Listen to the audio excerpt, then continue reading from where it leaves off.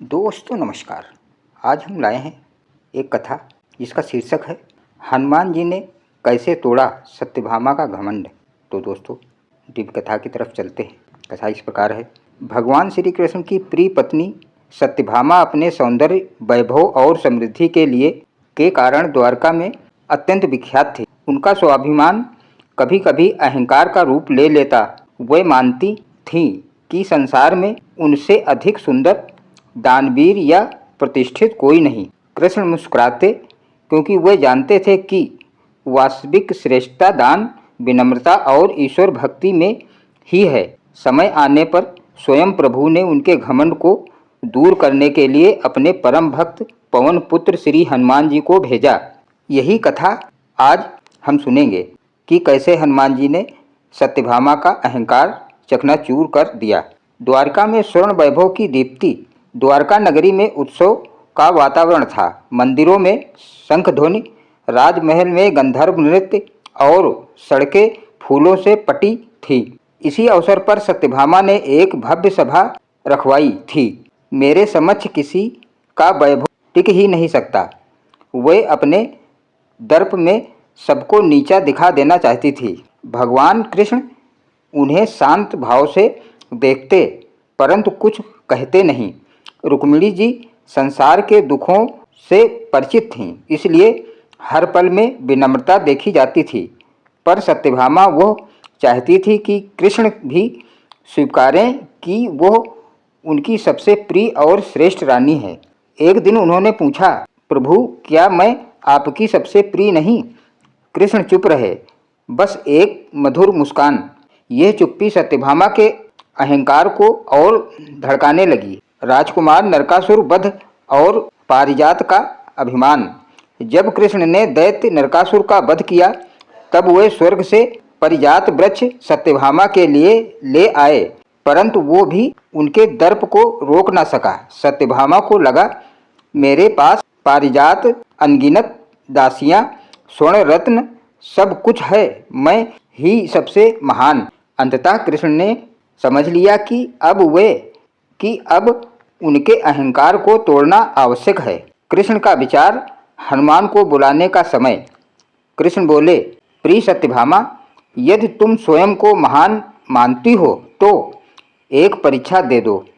उन्होंने प्रस्ताव रखा, यदि तुम मुझे अपने गहनों और रत्नों से तौल देती हो और मेरा भार संतुलित कर देती हो तो तुम सच में महान हो। सत्यभामा खिलखिला उठी, अरे यह कैसा खेल है? मैं अपनी संपत्ति से प्रभु को नाप सकती हूँ, कितना सरल कार्य। कृष्ण ने संदेश भेजा, तुला के लिए हनुमान को बुलाया जाए। जब नाम सुना गया, सभा में कौतूहल फैल गया। वो वानर देवता द्वारका क्यों आएगा? कृष्ण के कहने पर सब संभव है। हनुमान जी का द्वारिका आगमन। जब हनुमान जी पवन वेग से आए तो पूरा महल उनके तेज से अलौकित हो उठा। यह वही हनुमान थे जिन्होंने राम के लिए समंदर लांघा, लंका जलाई, पर्वत उठा लाए। सत्यभामा ने उन्हें देखा और मन ही मन बोली, एक साधारण बानर, प्रभु ने इनको तराजू कैसे संभालने दिया? हनुमान जी कृष्ण को प्रणाम कर बोले, आज्ञा दें प्रभु, मैं क्या सेवा करूं? कृष्ण मुस्कुराए, बस वहीं बैठो, आज तुम्हारी भूमिका इस संसार को शिक्षित करेगी।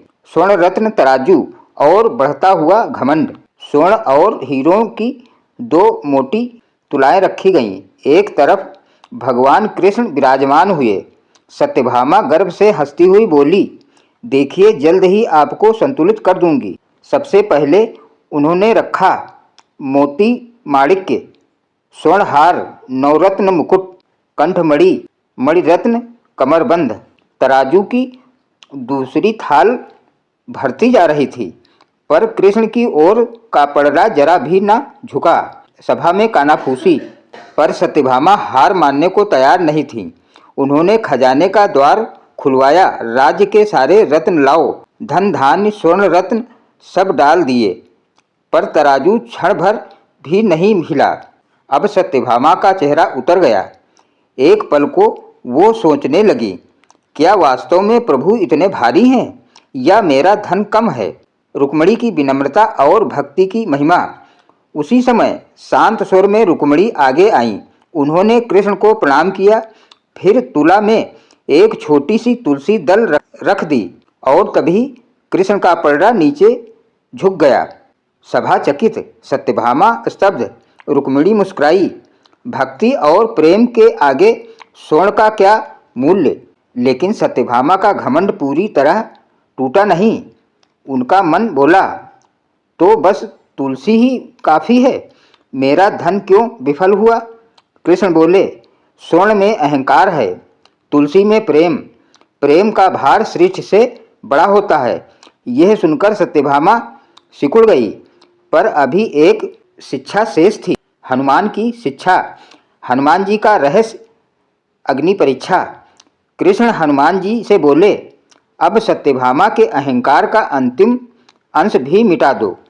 हनुमान जी उठे। उन्होंने तुला में रखे सारे स्वर्ण को देखा और बोले, माँ सत्यभामा, यह सब भार तुरंत संतुलित हो सकता है यदि आप एक चीज और लाएं, एक दाने भर का राम नाम।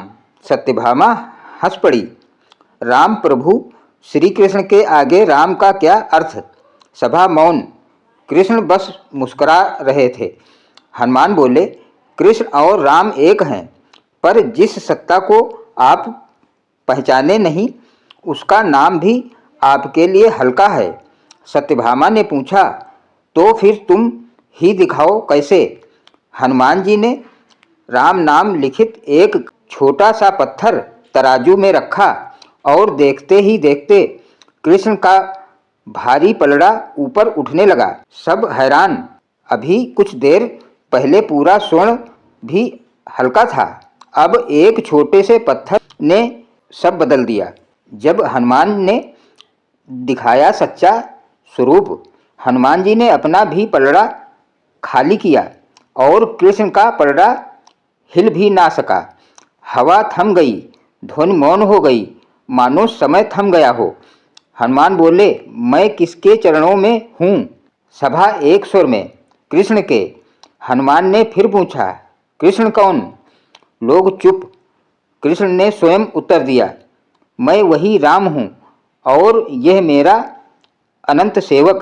हनुमान ने दोनों हाथ जोड़कर कहा, जहाँ राम है वहाँ भक्त का प्रेम ही भार बनता है और जहाँ प्रेम हो वहाँ अहंकार टिक कैसे सकता है।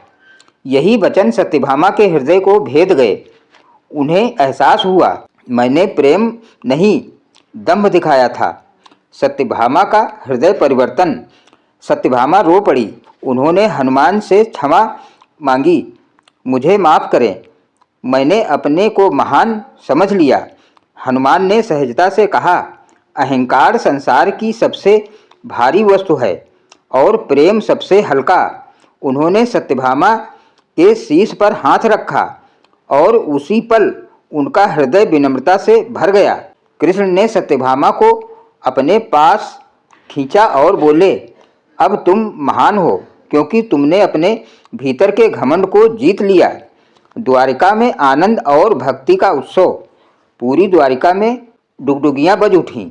यज्ञ, भजन, नृत्य, हर तरफ यही चर्चा। सच्चा धन प्रेम और भक्ति है। सत्यभामा ने रुक्मिणी को गले लगाया। दोनों ने साथ में तुलसी सेवा आरंभ की और तुला में भगवान को तोलने का प्रसंग भक्तों में भक्ति का प्रेरक बन गया। हनुमान जी ने कृष्ण को प्रणाम किया, फिर बोले, जहाँ प्रभु हो वहाँ मैं कैसे ना रहूं, पर अब अयोध्या की हाजिरी भी देना है। कृष्ण मुस्कुराए, जाओ मेरे प्रिय, तुम जहाँ भी हो मैं वही हूँ। हनुमान जी आकाश में उड़ चले और सभा की आंखों से ओझल होते होते उनके श्री चरणों की ध्वनि सुनाई दी। जय श्री राम। संदेश। इस कथा का सार सरल है। अहंकार का भार संसार नहीं उठा सकता। भक्ति का भार भगवान भी झुककर स्वीकारते हैं। स्वर्ण रत्न नहीं, प्रेम, सेवा भाव और विनम्रता ही सच्ची पूजा है। जब तक व्यक्ति मैं कहता है, वह कभी देवत्व तक नहीं पहुंचता और जब वो कहता है सब प्रभु हैं, तभी वो महान बनता है। समापन। सत्यभामा का घमंड हनुमान जी ने सिर्फ तोड़ा नहीं, उसे प्रेम में बदल दिया। और इसी के साथ द्वारिका में एक नई शिक्षा स्थापित हुई कि भगवान को जीतने के लिए धन नहीं, भक्ति चाहिए। तो दोस्तों, ये दिव्य कथा आपको कैसी लगी? सुनने के लिए आपको बहुत बहुत धन्यवाद।